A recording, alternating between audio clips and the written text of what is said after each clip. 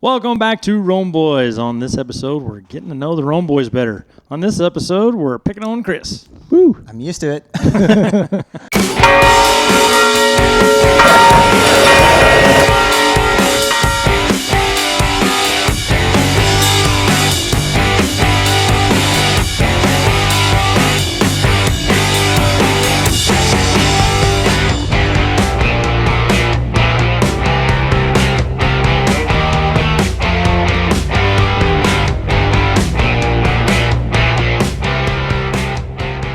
It's true. I'm the little guy.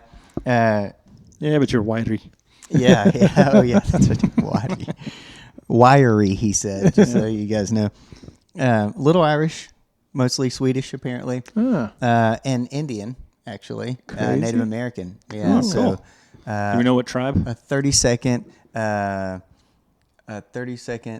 Cherokee Indian. Cool. Get any scholarships in college for that? No, I tried. That would be so sweet. Yeah. So, anyways, they closed the registry book or whatever, I think, some years back when I was a teenager. Huh. Yeah. So I didn't look into it enough, so I can't speak factually on the matter, but I do know who my great-great-grandmother was. So, anyways. Geronimo!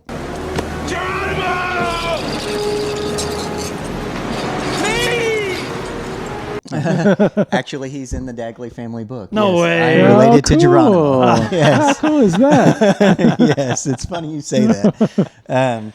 Yeah, there's also a George Washington in that book, but not the same guy. No. So, but yeah, Dagley's on my mother's side. So, I've made comments about some of my upbringing, and my last name used to be Wooten, Wooten. Woot. So whenever I made this change, it was after high school. I said I changed my name from Wooten to Martin, which is my dad's last name. I said, yeah, I didn't give up my last name when I got married. You took your wife's name. I mean, your wife is tough. Yeah. You will take. Yeah. So if that were the case, I'd have been a Havelock. Right? This is true. Chris Havelock. Yeah. No, I'm a Martin. Yeah, So, it doesn't have the same ring. and I'll talk a little bit about that. So, yeah, when I was born, my mom was pregnant when she was 16 years old, and my dad is a little bit younger than my mom. My mom was a pretty girl in high school. Her dad died when she was 14 years old, and she was a daddy's girl. She's a middle child, so she's got an older brother, Gene, who raised me for many years, and a younger uncle who, I lived with Kevin for a little while, a younger brother of my mom. And so I do want to say that in no way will I have any ill intention, speaking of my parents, because I do believe in honoring my father and mother. Sure. Not just for personal reasons, because it is the commandment that comes with a promise, right? You'll have a long and happy life. There you go. But the truth of the matter is, my mom was a single mother, and my dad, my biological father, did not know that he was my dad. Did not know that they conceived. And so my mom's 16 years old, pregnant in high school, head cheerleader, very, very poor.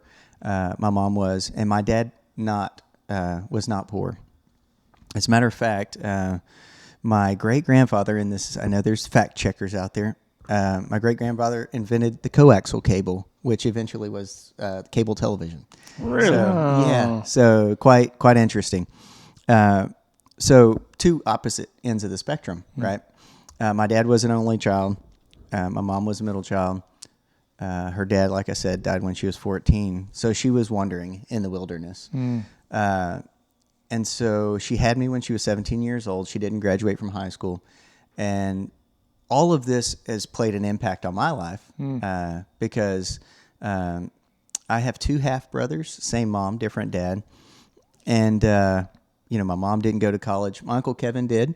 But I was one of the only ones to go to college and have plans to go to college, really, in my family. And so that has been something that I never thought was possible. I never thought that I could actually do these things.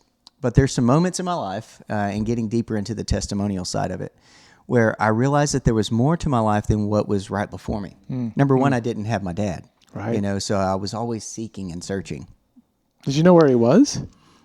So I'm sitting here trying to figure out, how did your mom keep that from you? That's How did yeah. he not know? Yeah. well, let me say that it was a troubling matter. It's an honest question, but she was with multiple partners. Oh. You had to ask. And so when I was in, I don't want to jump too far ahead, so I'll kind of keep it sequential. I always wanted to know, of course. Sure. I had a stepdad. He's very abusive to my mom, and a drug addict. And I've seen things that people, especially children, should not see. The likes of drugs and with needles and prostitution and all sorts of things. No one should see, but especially a kid. Yeah. My mom, sold food stamps for drugs and alcohol, and just a very, very tough life. But I always found joy. As a child, there was always joy in my heart. There were moments of sadness for sure. Sure. Yeah. But as a child, you have joy built into you. And I think that's true for all kids. And we see the stamp of God on our hearts and who we are. And so I always knew that there was more. So I was friends with Adam in third grade. And I remember he was an only child. He still is. But his family, they were Christian, and so I went to church with him, and it was awesome to see a husband and wife together. Yeah. And they would eat a Sunday meal after church, and there were some summers where I'd be there 3 months. Yeah. Out of the. Don't blame you. Yeah, Sure. Yeah. You wanted to be there. Yeah. I was I was the first child that was in their home after she had gone through fostering many, many kids. So she stopped fostering, but I became friends with Adam, and she could see trouble in my life, Miss Odd. Now, my meemaw, my mom's mom, had a cross stitch on the wall. And this was kind of my first recollection of God's presence in our home outwardly. It was the Serenity Prayer, which is often used in Alcoholics Anonymous. Okay. So God grant me the serenity to accept the things I cannot change, courage to change the things I can, and wisdom to know the difference. Amen. And that has actually, I thought, was the one verse. It was really the only verse I knew, because it was always there right by the dinner table, in my grandmother's home. But it was the one thing that really gave me confidence and maturity of understanding that I don't have control over everything. Right. That I'm asking for God, somebody beyond myself, beyond my own family. So that always had an impact on my life, and still to this day it does. And it's kind of an undertone of my faith. So my meemaw did really give me that first impression of who God is because of that cross stitch on the wall. But then April 20th, 1992, I go to Forest Branch Baptist Church in Livingston, Texas, and I was invited. My whole family was invited, my stepdad and my mom, and we never went to church. And Wayne Harris and Betty and their daughter had a plan. They were going to invite me to the altar call, and they gave me a Bible. I still have that Bible today. I use it all the time, especially in RCIA, to show people, the steps in my life that are memorable. And it has their inscription in the front. I was 10 years old, and I went up to the front of the church, and I accepted Jesus in my life. And I was baptized the next day. Wow. Or that Sunday, because this was a weekday, Okay. I believe. And I remember being baptized in the name of the Father, the Son, and the Holy Ghost. Okay, there it is.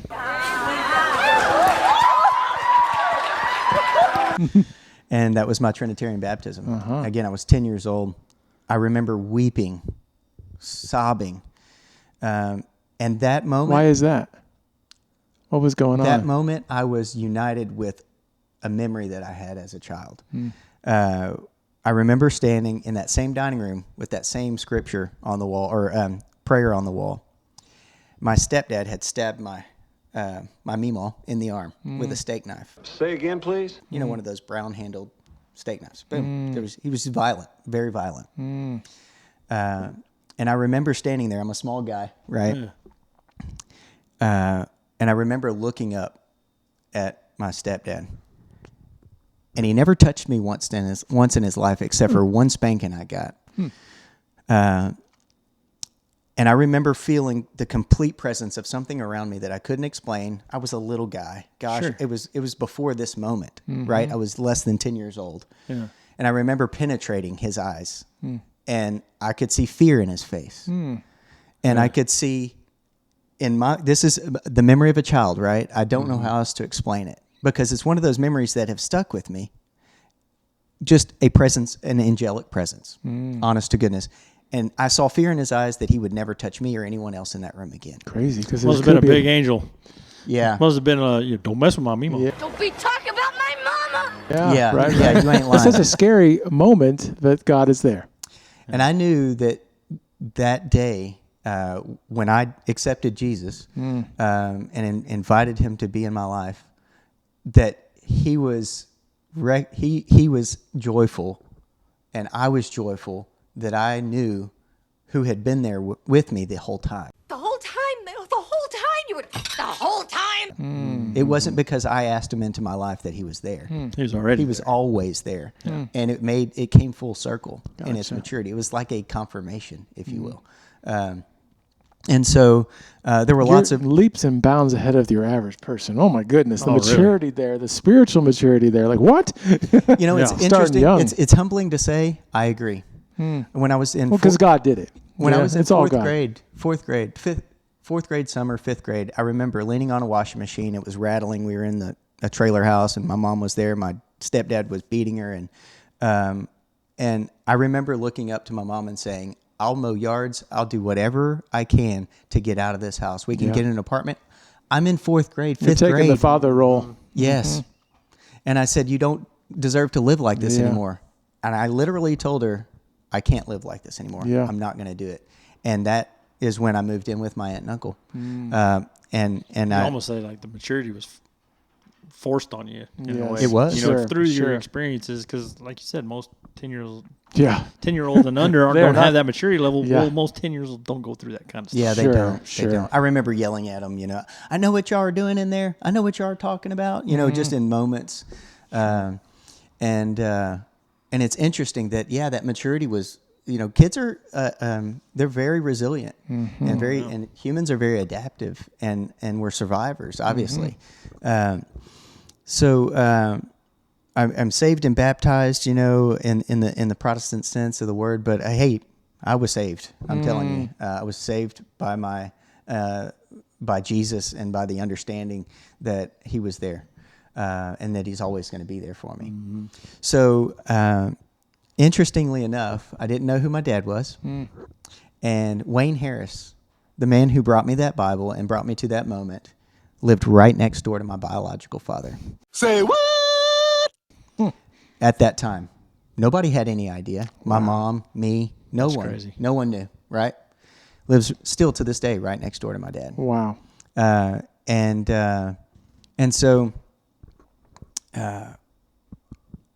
gosh, so much. And there's so many. just a God incidents. Yeah, right, of right, right. So many your holy- dad, your actual dad, is living next to this guy who takes you in, who's a Yeah. spiritual dad too. Yeah. So, in high school, we all have experiences in high school. There's a lot of things happening. I remember standing out in the field. There was a party. People were drinking. I was able to drive and all, and so I was there. But I remember going out into the field, and it was dark, and I remember looking up, and there were stars everywhere in the sky. And this is right before I was 18, and I started looking for my dad. I was in another town, not my hometown, where I was born and raised for, my younger years. And I remember looking up to the sky and asking God, "Where's my dad? Will you ever give me the opportunity to meet him? I'm about to be a man and adult myself, and I'm going to go on about my life. And will I care if I'm an adult like I do as a child?" And I remember kind of tearing up looking at the stars because God clearly said to me, "I am your father. You don't need anyone else. but when the time is right, it'll all be revealed to It's you. like an Abraham moment. Oh, right? my Abraham was goodness. looking up at the Yes. stars, and Yes. I thought it was going to be, he's right next door. The whole time you would. The whole time. So no, I was look no about further. Come on, I was right about there. 2.5 hours from my hometown, where I went to high school. So here I am in high school, and I was going to the courthouses locally there, again, 2.5 hours from hometown, just asking, how do I find him? What do I do? sure. I remember getting laughed at in the courthouse. Literally, it made no sense. Like, why would somebody Why? laugh at a kid Why? who's looking for his dad? But I just broke down. Just the odds are so impossible. Or? There was, I don't know, maybe, yes. Yeah. I had no information to bring. I didn't Yeah, know yeah. what I needed to do. Right.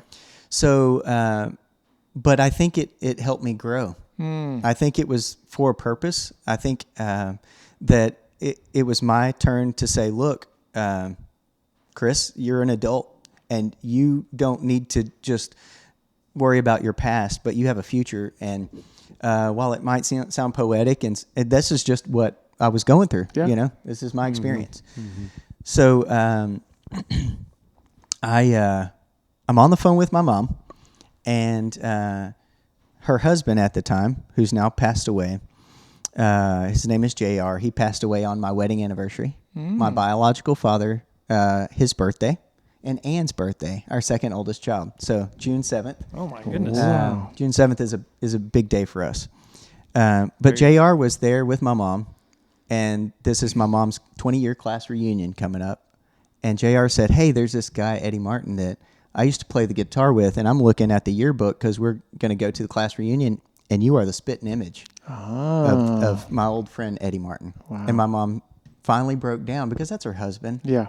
She's not going to talk about the past. Sure. But she said it's a possibility. And my mom called to say, do you want me to? I'm going to see him at the class reunion. He'll be there. Do you want to know who your dad is still? Yes! Yes! Yes! And do you mind if I ask him? And I said, yeah, let's do it. And it seemed like it was wham, bam, and he said yes. We took a paternity test, and it was there, 100%, 99.9978%. Wow. Wow. Found out who my dad was, right? Awesome guy. And How was that moment leading up? You're like walking up to him. You haven't seen him. I'm searching online. They have a Martin family, website and stuff. Facebook's not really a big deal. And I see pictures of him. I'm like, wow, this could be the other part of who I am. Before we night. took the paternity test, Yeah. I was trying to do my research. Yeah. I picked up the phone and called him. My mom gave me his number before we ever met, before we ever did the paternity test. And Hi. You're How a are gutsy you? You're a gutsy little guy. Still are. and it was powerful. I couldn't commit because I didn't know yet, 100%. Right? Sure. But sure enough, it happened, and I met my dad. And when they called me, they actually gave me a flip phone, cell phone, because I didn't have one, and I was working in College Station, and they called me and said it's true, 99.99% positive test. I broke down crying. I dropped the phone. My boss let me off of work that day. It was powerful. So I got to know my dad. My grandfather had come and picked me up. I have a great relationship with him, my dad's dad. And granddad came and picked me up and went back home to Livingston with him. College Station and Livingston are an hour and a half apart. So I was an Aggie at heart from early on. And, we went to an Episcopal service because my grandfather was, they're Episcopalian. And a friend of mine, Stuart Moore, my same age, passed away in Iraq. And so they had a service for him. It was around Christmas time. Never been to a liturgical event or service like this. So I go in. All this is new to me, right? Like my dad. All these my new people. Yes, Yeah. yes. This new family. So emotions, just growing up, being, very young. And 20 maybe around this time, 10 years after my, becoming a Christian. And sorry if I'm taking too long, guys. But Yeah. so You got me locked in. Yeah. What's next? Yeah. So I was thinking Marcus Grodi is going to call and put you on the journey home. It's a good story. I was in the service like, wow, what is this? And people were reciting stuff, and I didn't know what was going on. Like, why are the people talking? You ain't supposed to be talking. We're just saying amen. You know? That's all I knew. Yeah. So we went back to my granddad's house that night after the Episcopal service. It was in the evening, and honoring my friend too, which it made me feel good. I was locked into that service, and how could I not be a part of it? You know, one of my great friends who passed away, or good friends who passed away, anyways. And so there's a book on the shelf at my granddad's house, and somewhere along the title, it says 20,000 denominations on it. Pulled it off the shelf, dusted it off. As an old book. There's a lot more now. Yeah, this is true. Yeah. But the first chapter was almost half the book, and it was the Roman Catholic Church. And I just started reading it. And I wonder why. I was going to college. And no experience of Catholicism up until this point? None. I remember in high school, I had a friend, Ricky Dominguez. He had this bowl of water out by the door. I honestly thought that it was one of those old-timey like hand washing sinks that you have in your bathroom with the mirror on it, and the towel. But it was a holy water font in their house. Sure. Interesting. And he was like, "You want some holy water?" And I was like, "Nah, I'm good." I never knew what to say. Going and visiting his family. So I do remember kind of that they prayed around the table and they all said the same prayer together. Okay. And I had no idea what to say or do. I was just like, "Amen." It was nothing wrong with it. It was good. I understood it. Let's get to the grub. Yeah. So the history locked me in that book, and I thought, why has nobody told me that this is the church that Jesus Christ founded? Why Can't argue with history. No. Why am I called a Protestant? I don't protest anything that this Catholic Church says. What does Catholic mean? All these questions just started pouring. Boom, boom. So I'm going from childhood to manhood. Yeah. In knowing my dad, and growing up, right, and getting out into the world. I had 2 full-time jobs. I was working my butt off, and I was going to college. I'd have been completely overwhelmed. I've been like, I can't handle all this. a lot. Information overload. Right. I'd have been fried. It's overwhelming. So yeah, I started learning all this stuff about my dad during this time too. So one quick story on that point, if quick as possible, is that my Uncle Kevin, my mom's younger brother, his wife was the editor at the local newspaper. Well, my dad was in a terrible accident a year before I got to know him. He's one of the only known survivors of illegal decapitation. Say what? People, I'm losing my head over this story, and you're saying he literally lost his head. Yeah.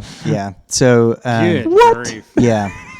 So this is just before I got to know him. Well, in this letter to the editor, my dad puts, and it got published in the newspaper. He was mad at God. I have a copy of it. This is after the accident. This is after the accident, before he met me. He didn't know why he was alive or what his calling in life was.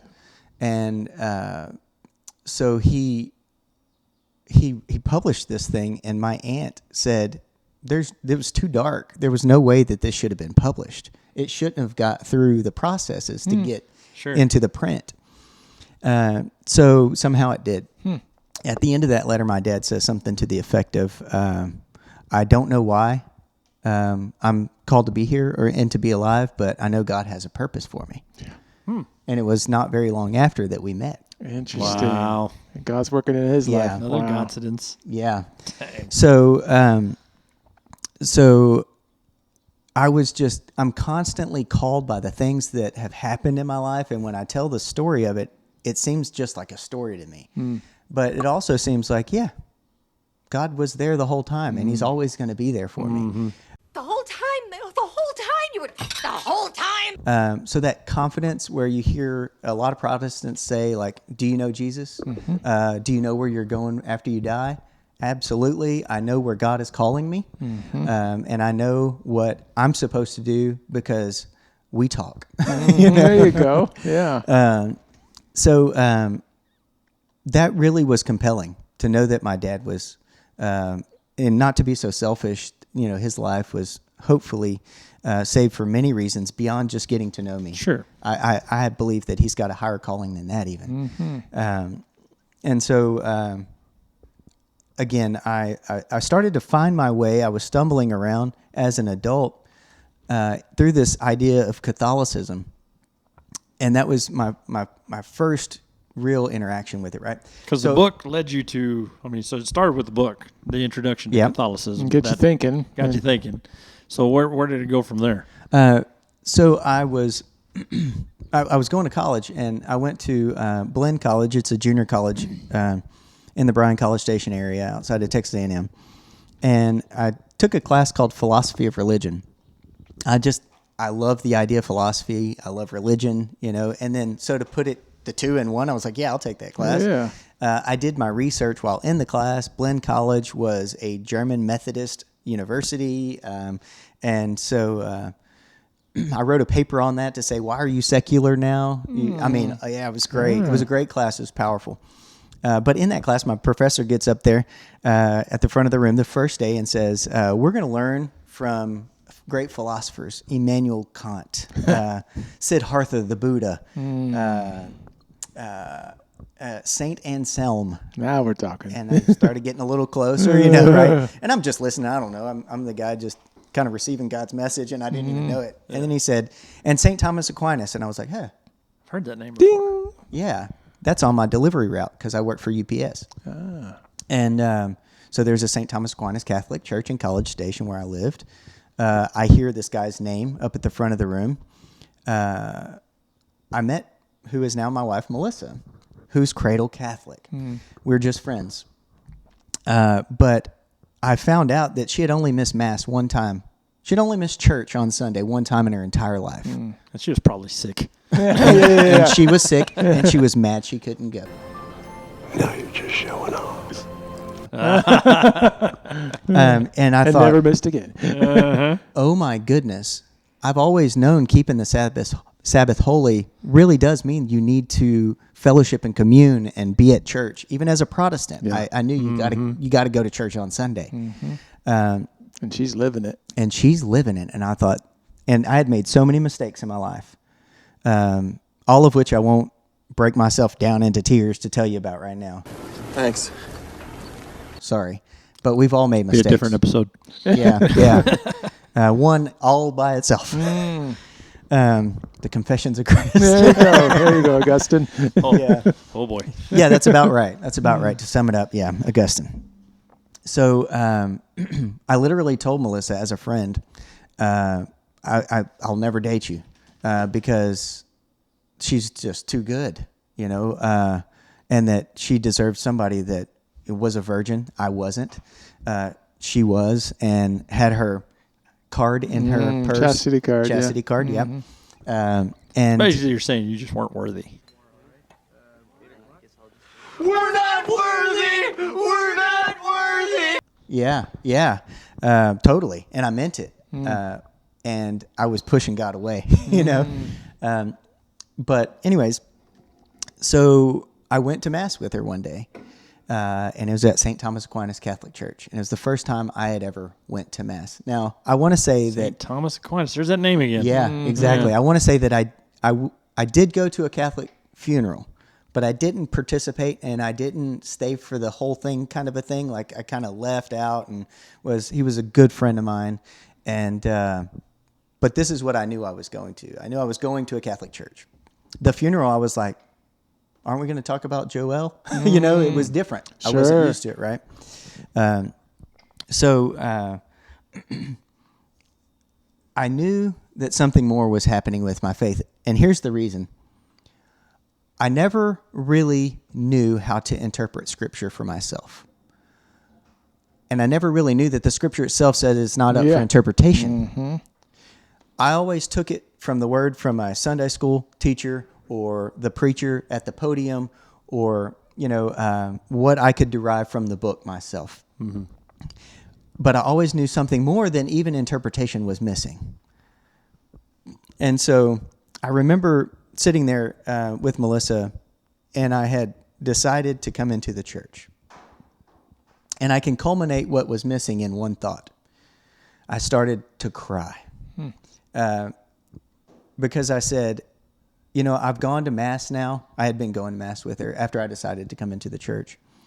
This is before any decision to get married, right? I didn't come into the church to get married. That's good. At all. And I told her, if I'm just telling you, Melissa, that if this doesn't work out, I'm Catholic. Awesome. So Good. there was maturity in my life that was impressed upon me, where I was compelled, you know. Faith first. Yeah. And so, because there was so much uncontrol in my childhood, I always wanted to be an adult because I was sick and tired of not knowing where my food was going to come from, literally, not knowing where I was going to sleep at night. I had bounced around. I had lived with so many people, I can't even count them all. When I was going to school in elementary, I remember living with my Meemaw's friend, Sandra Snook, for maybe 3 months, I don't know. But I have so many people that I called mom in my life. Through high school, I lived with 4 different people, you know, all of which I owe every bit of what a parent deserves to, you know, as a kid. Sure. So we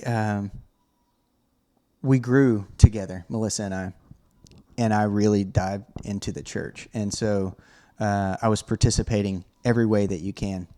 Youth ministry, I was invited to be a part of it before I was into the became Catholic, which is a risky business, right? Like, Sure. But so, anyways, I kept getting this calling. So I was driving my UPS truck one day.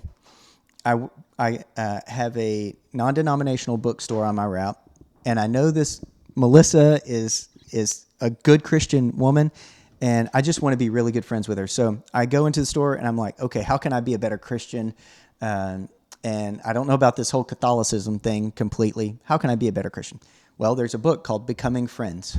I pull it off the shelf and say, yeah, I'll buy it. Ching, check out, go get in my UPS truck.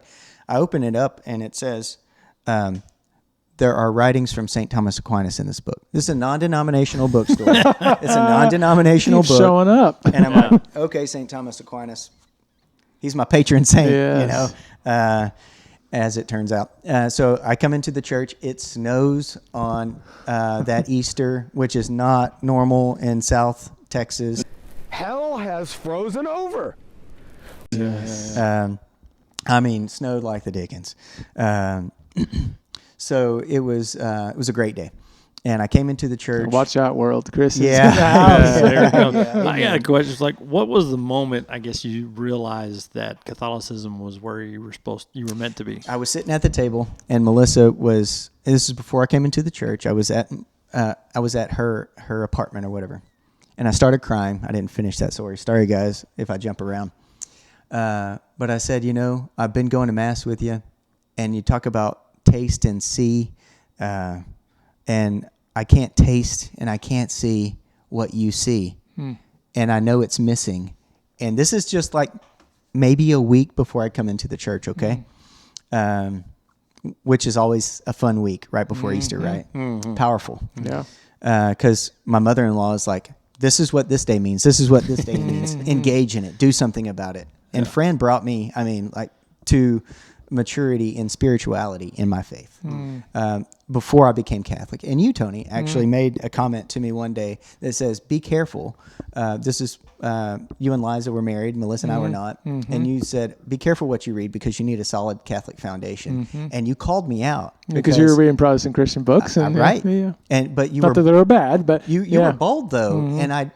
But what it gave edification to was the Catholic Church. And there's plenty of solid books. Thomas Aquinas, for starters. It's the magisterium. Just start there. Have the foundation, because you can grow in holiness from that point. You don't have to get all the extra stuff out in the world first. The church has what you need to know. Yeah. So at that table, I was crying. I didn't know that the Eucharist was what I was missing. That's what it was, right? The magisterium and the Eucharist. That's So what it always boils down to. What it all boils down to.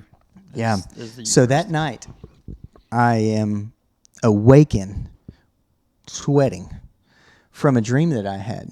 There's a large group of flight of stairs that go a long ways, as if we were in a subway station. And there were handrails. And there was a mixture of John Paul II's face and Benedict in the same person. And what's interesting is when John Paul II, when I came into the church, that's all I heard was John Paul II. But Ratzinger, Benedict was our Pope. But so much influence came from what I was learning. Christopher West, Theology of the Body, all these CDs I was pumping into my CD deck, listening before I was coming into the church. I knew JP2 stuff. Sure. And the Pope was coming up the stairs, and I continued to move out of his way. So I would go from one handrail to the next, and he would just, like a ghost, kind of just transparently hover right through it. And he kept coming towards me. And when I say there was a transfiguration on his face, it was also because he was holding the Eucharist in front of him the whole time. This is the waking dream I had that I said, I'm not worthy, There it is again. Yeah. And so when I was crying and weeping, honestly, in front of Melissa, she just embraced me, the night before I had this dream. And, you have dreams that are just so powerful sometimes that they seem real. So when I was walking down the aisle, it was my marriage to Christ. Nice. And that's exactly what it felt like. And God was seeking me, right? This is the only faith in the world. The Christian religion is the only faith where the God seeks the follower. There is no other religion where the God is seeking the follower. Right. And it was epitomized through the vision of the Pope in my dream, in my waking dream from a cold sweat, After I have my first Holy Communion, we have a reception, and Auxiliary Bishop Gregory Amen is the Bishop of Austin Diocese at this time. And I said to him afterwards, because he, like a good bishop, like a good shepherd, comes to me and says, "Welcome into the church." And I said, "Bishop, I'm not holy," and he's not a very tall man, but he's a very bold man. And when he grabbed my hand, because we were shaking hands, he grasped it like with a grip and pulled me towards him. What did you say? And when he looked at me, I felt the same presence, and I saw the same thing of what I saw in that dream in his face that said, "None of us are worthy. Yeah. Don't you ever say that again." And he said, "Welcome to the church." Wow. And boom. And then he becomes auxiliary bishop, of New Orleans eventually. Yeah, New Orleans and Wow. St. Louis Parish and Cathedral. And the two pivotal moments of your wife and the Eucharist that you were not worthy, and that seemed like that just dissolved away. Right. Yeah. Did you have any pushback? Like, all of your I was on the bus. non-Protestant or your non-Catholic family. Just met my dad, right? Yeah. They were happy for me. They kept saying, Episcopal Church is the same thing. Yeah. I've read a little different, but We're pretty close. Yeah, closer. So tell me what you think about King Henry VIII, and then let's continue the discussion. Yeah. Sorry to bring up hot topics, but you asked. Right. Sitting on a bus, Texas A&M, traveling, on campus and whatnot. And I'm inviting my family because I'm excited. Sure. I love my grandma Jerry. This is my dad's mother, and we're talking, what are our Easter plans? What are we going to do? And I tell her I'm coming into the church, and she's Southern Baptist. And I love you, Grandma, if you're watching this, so don't take any offense. But I said I'm coming into the church, and she said, "Oh, honey, I am so sorry." Oh, son of a... That's going to leave a mark. And I just met this woman, and she loved me dearly. Well, that's Southern Baptist lots of times. It's fire and brimstone, They're taught that. But I said, "Well, thank you for caring for my soul." That was my response. Yeah. Because I have nothing but love and compassion for the what people else who could you do say? not understand the church. Right. That's why from that moment, and still to this day, every year I've participated in RCIA, because I think people, it's like Fulton Sheen said, and I'm going to mess it up, but people don't, there's not one person that disagrees with what the Catholic Church teaches, but what they think it teaches. Amen. What they think Amen. it says. And it's the truth. And so that's how I came into the church. I didn't have a sponsor. It was one was provided for me, like an attorney on, like a. They didn't let Melissa be your sponsor? No, because it's common that you don't have your spouse be that person because they don't want you to But y'all come weren't into the married church yet, by though. influence. That's true. That's very true. But we were getting married. Yeah, we're getting married. We got married just 2 months after I came into the church. Okay. So That's interesting. I didn't realize that. Yeah. yeah. So it's in the Austin Diocese, they promote not having your spouse be your sponsor. That way you have somebody outside of your faith or outside of your family, immediate family, that you can call on and who can pray for you. Your spouse has their place, Yeah. We're called to bring each other in. Well, that makes sense, I guess. And yeah. I wonder, 50% of marriages end in divorce, so that's Maybe you that still can need that person. Connect to that if they do divorce, their faith. Yeah. Yeah. I don't know. Other pushback, I think that I was surrounded by so many good Catholic people. Especially that area. Oh goodness, more priests come out of A&M than even Steubenville. Sorry about that, Stefanik. No, And, it's all good, though, like everybody. No, yeah. Yeah. A little competitive nature. Sure, there, a right? little bit. But yeah, so even before I became Catholic, Step up your game. Come on. dear friend of mine, Chris Bartlett, was leading the youth program there, high school, middle school youth program at St. Thomas Aquinas, and talk about a great person to be in my life. So he invited me to be on core team, and core team there was over 10 people just for youth ministries. Awesome to see. And with Chris's leadership, we went from like 25 students, high school students, to like 125. Wow. It was insane. Yeah, so I saw that explosion. And he had already been there, but he was working on a plan like a college football coach. You have your building years. And I happened to be part of those building years. And of our core team, have priests from that circle. My roommate, I lived in a house that I didn't want to live in anymore in college with roommates. Well, Tom Reitmeyer, he invited me. He's a priest now, so I lived with him. He's a college station detective. And then I've seen enough. I'm going to become a priest. yeah, so he becomes a priest, right? People in that around my life there, all doing great things like the Cuts Modes, a family that has 9 kids. They're all, one of them, it works for eCatholic, one of the largest parish website companies in the United States. So here you are surrounded by all these Catholics, and yet it never clicks until And I wasn't. you were invited. Yeah, I was invited, and because what I think maybe Fran, my mother-in-law, said you need to go to RCI if you're interested in this. Sure. And so that's a great point, Joe. Thanks for asking that because I love my mother-in-law, and it's awesome to kind of go back to that moment to say, yeah, I've been invited to the altar. I've been invited to church. I've been invited to be around good Christian friends at times because my families didn't go to church, right? Sure. We should give her props because she paid for my plane ticket to be able to make it to Texas, and that's where I basically said, hey, Liza, you're the best. So go, Fran. She stuck the ring in my hand that I had brought that apparently I forgot in the car whenever I knelt down before her daughter to ask for her hand in marriage. Oh. So go, Fran. Yeah, forgot Fran. So, but yeah, gosh, there's so many aspects of the story, and I hope that I've conveyed a lot of that. There's just continuous moments where I'm more deeply called back, to the faith. Every year in RCIA, I see people come in.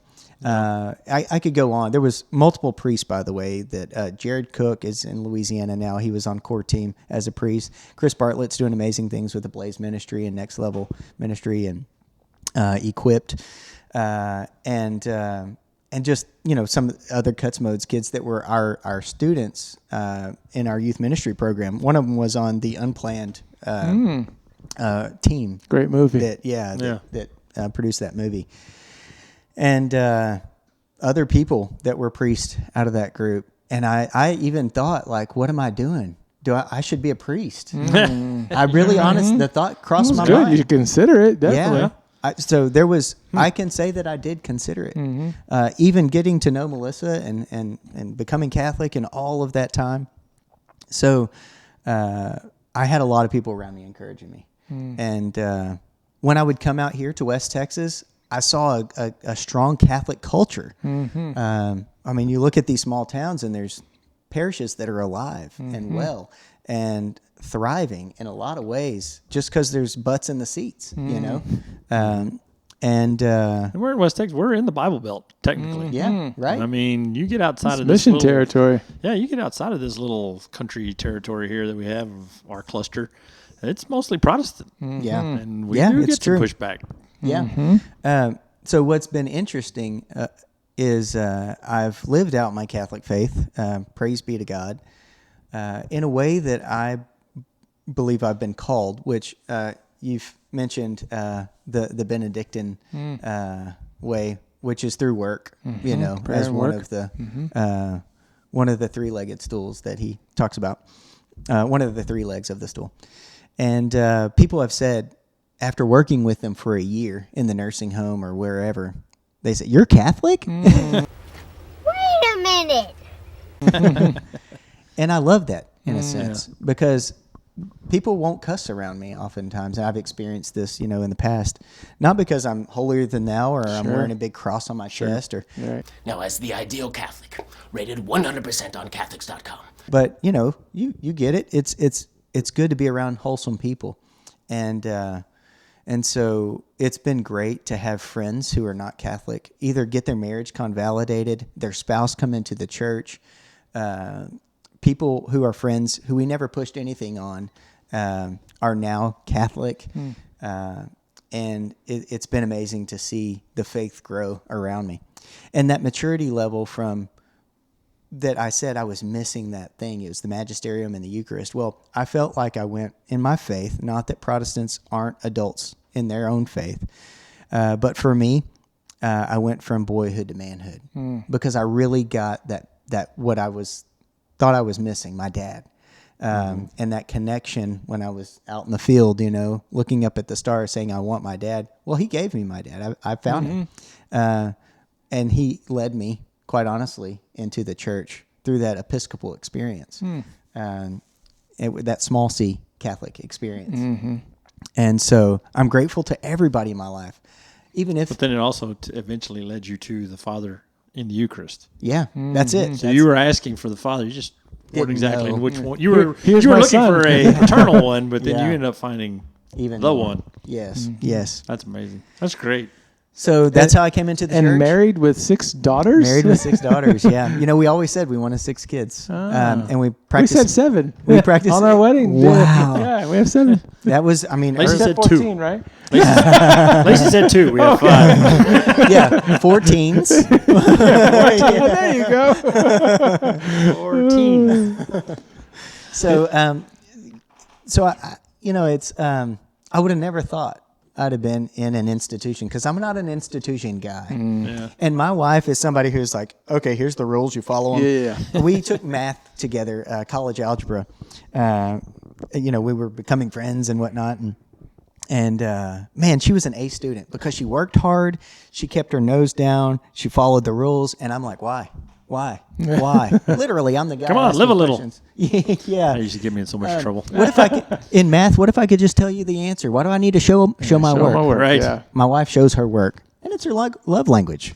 By the way, mine is words of affirmation. And the balance, right? Yeah. So, but my wife, Melissa, not missing mass ever. That was a conviction in my life, and hearing Fran's story and Steve's and how my in-laws, how they came in, and how they lived their life. And when I look back and like, oh my goodness, you were doing this at that age, and look at my age now, and I kind of can see how you were going through what you went through as a young adult with young kids who are now our wives, and right. And so you think about what your parents go through when you get older, right? Yeah. Like, I'm dang it, I sorry. was Yeah. Sorry, Mom. Sorry, Dad. yes.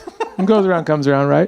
We'll get it. But what I saw in Melissa though was somebody who broke all the rules of secular society. Oh, okay. I see what you did there. Nah, I'm not breaking the rules. Right. Everybody's breaking the rules, but she wasn't. How So is she's it breaking the rules. How is it in this obedience? I'm not an institution guy. Yeah. I don't like, and my dad's not an institution guy, and I'm like, yeah, that's where I get it from.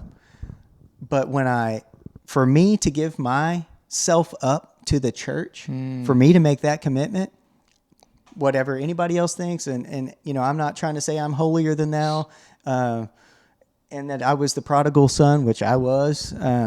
But it's not easy for me to say yes to the church, to give up myself and my own control in my life.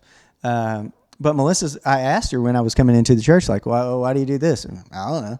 Right. She is, I don't know.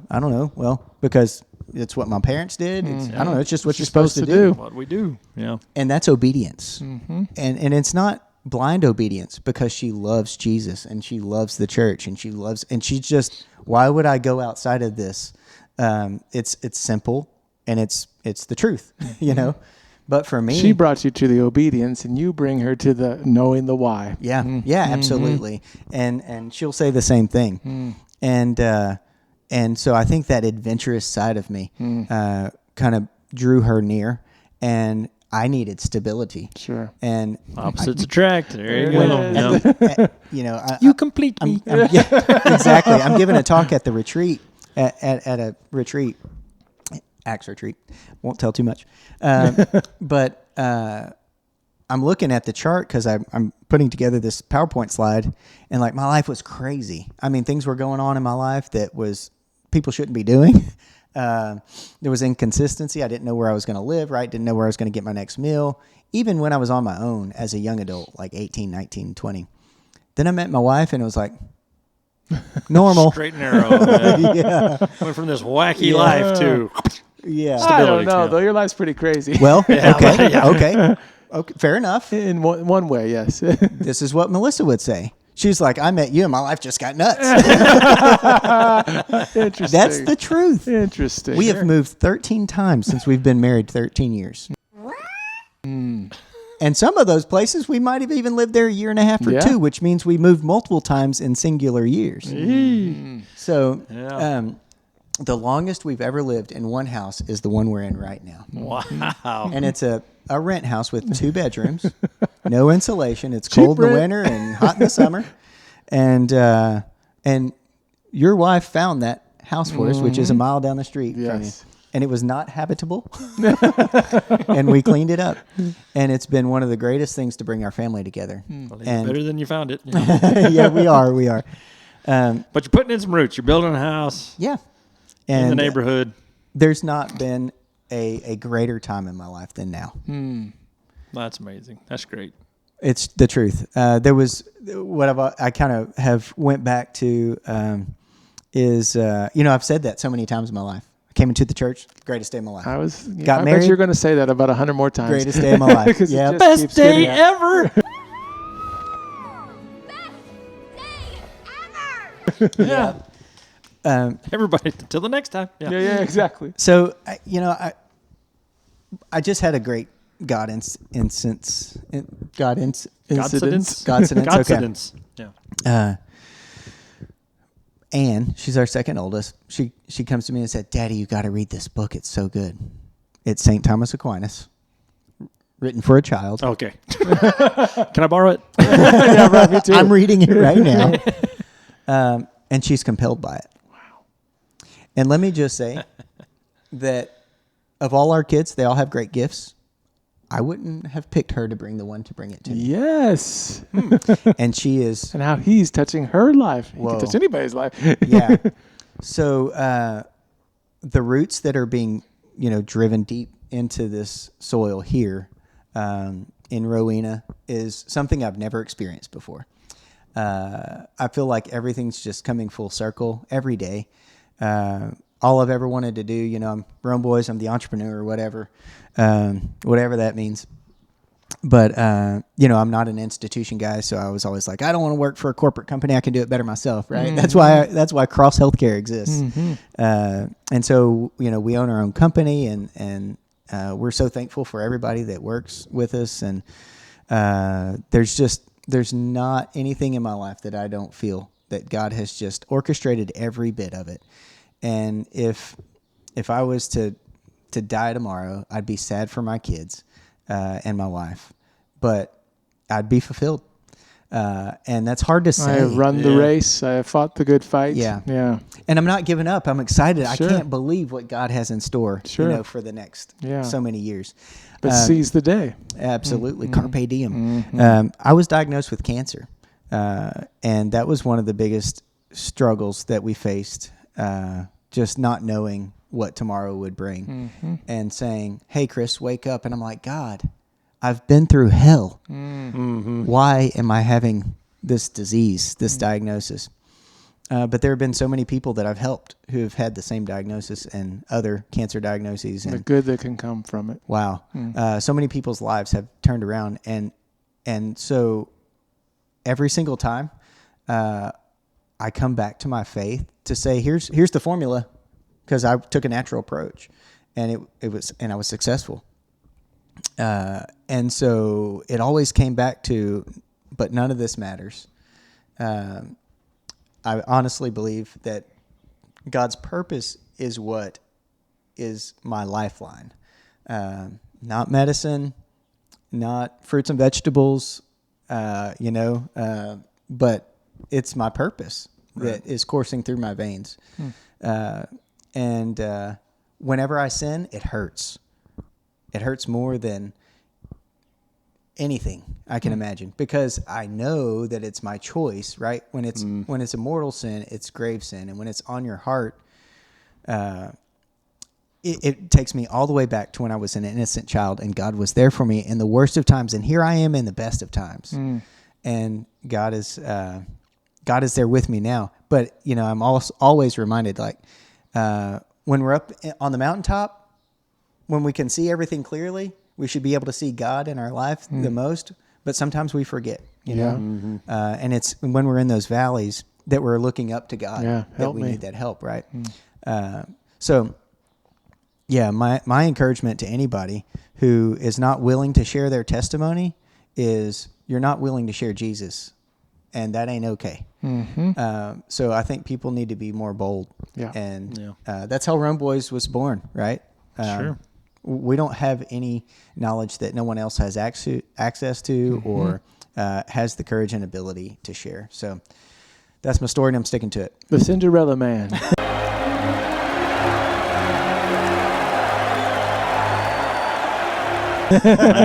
That was a good movie. That was a good one. Well, thanks, Chris. That was yes. Thanks awesome. for sharing. Yeah, thanks for sharing that. I think it just all culminates to just the invite. Amen. Amen. The invite. So we're inviting you to subscribe and like our channel and visit our website, romeboys.org. In the meantime, Be bold. be real. Be Catholic. God bless.